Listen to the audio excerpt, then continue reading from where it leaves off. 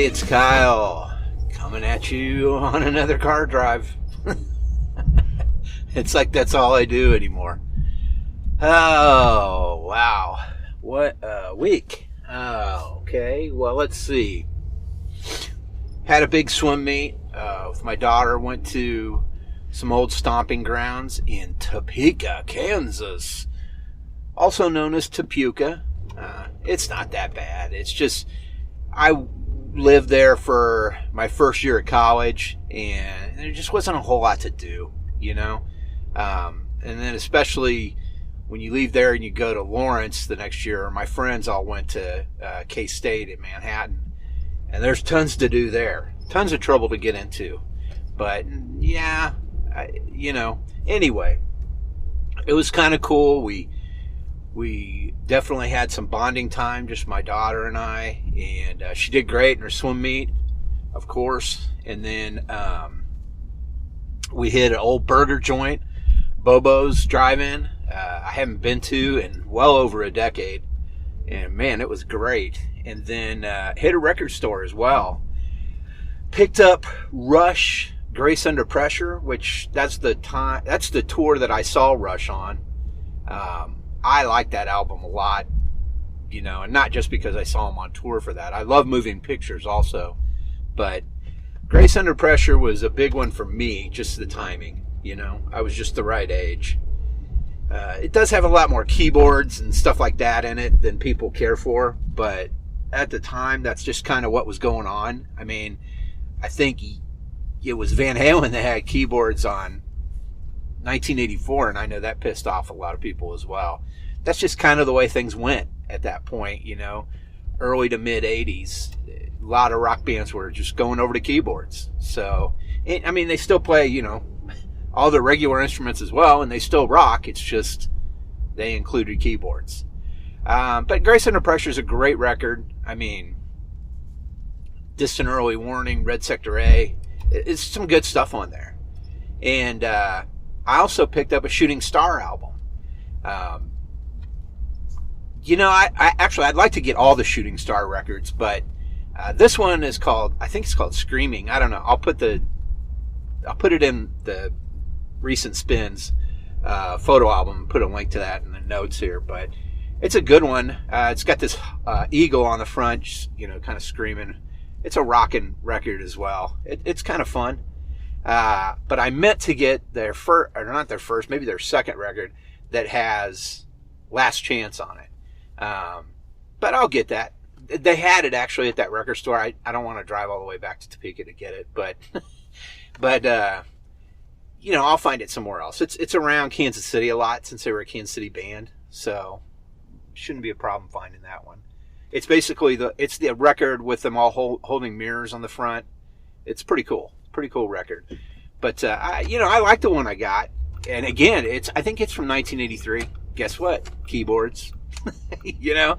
So that's just kind of how things were going at that time. But yeah, there are a couple good records. I don't know why I went right into records. Just kind of covering things that I've done recently. What is bugging me? You know, I mean, not a lot. I guess I would say there's so much conspiracy and there's so much crap around everything in our political environment that it's kind of sickening, you know? And this is from all sides, really, but I would say that the Trump side of things is what got all this horseshit started. I think it was already there, but I think the administration of Donald Trump is what allowed it to be, oh, that's okay, yeah, you can talk about conspiracy theories as though they're fucking real. You know? Anyway, it's just really frustrating to see and hear this shit all the time, especially when we have a pandemic going on. You know, we got people dying, and then in addition to that, we also have these immigrant kids who are separated from their parents. You know, that's happening. We've had these weather tragedies.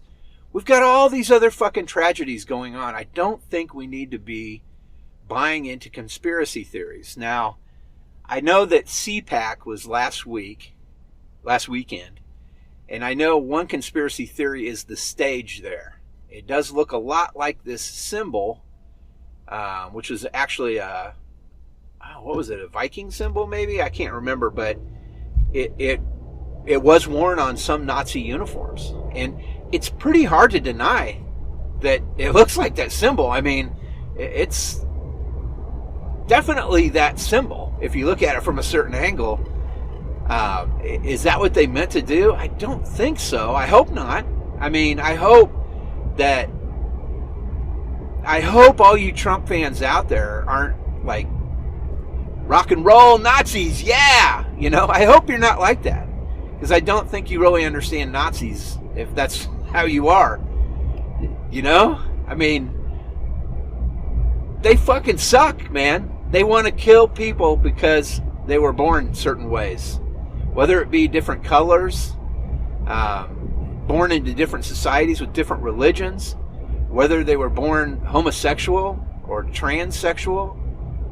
It's fucking ridiculous, man. If you support Nazis, you suck. Fuck you. You know, that's all I got to say about it.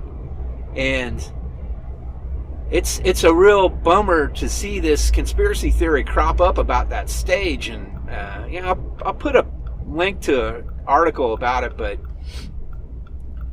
I don't believe it's true really because I don't want to believe it's true. But God, I'll be damned if it doesn't look like that fucking symbol, man.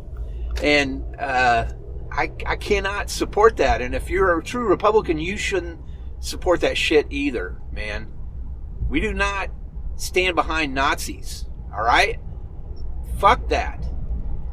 This is getting dangerously close to shit that happened in the 30s in Germany.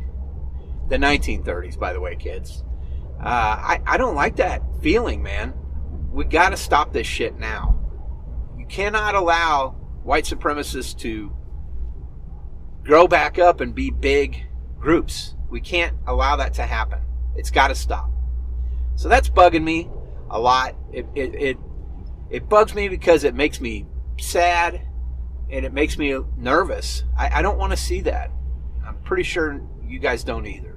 So that's what's bugging me. I will take a quick break. Actually, I've got a doctor's appointment here I'm heading into. And when I come out, I will talk to you guys about some things that I'm into. Let me turn it over to Kyle real quick. Hey, Kyle. All right, we're back.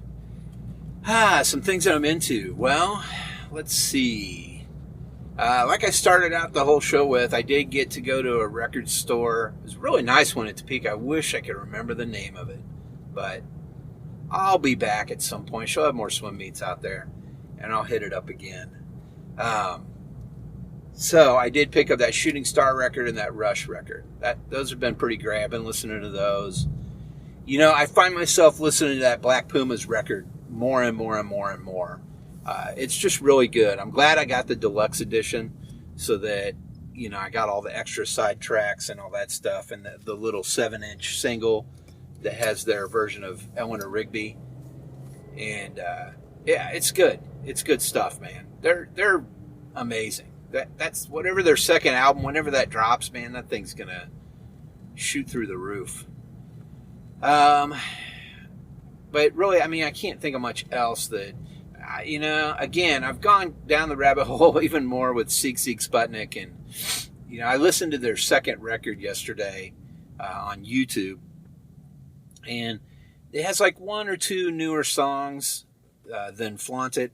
And then after that, it just goes downhill fast. It's basically remakes of F-111A, Love Missile F-111A or whatever it is. And some of their other songs that already were on Flaunt It. It's just, I don't know. I don't get it, man. They're just more electronic on the later albums, it sounds like, you know. Not as much raw guitar energy and stuff. And other than that, I mean, I haven't really been listening to too much new. I did find a really good lo-fi 90s hip-hop segment on YouTube. It's only like 35 minutes long, but it's got Biggie Smalls, and it's got Tupac, and even some NWA, but they do it kind of lo-fi style mixed together, and it's about 35 minutes long. Man, if you want to get a cool 35 minutes of work done, put that on and work through listening to that. It's great, man. I really dig that.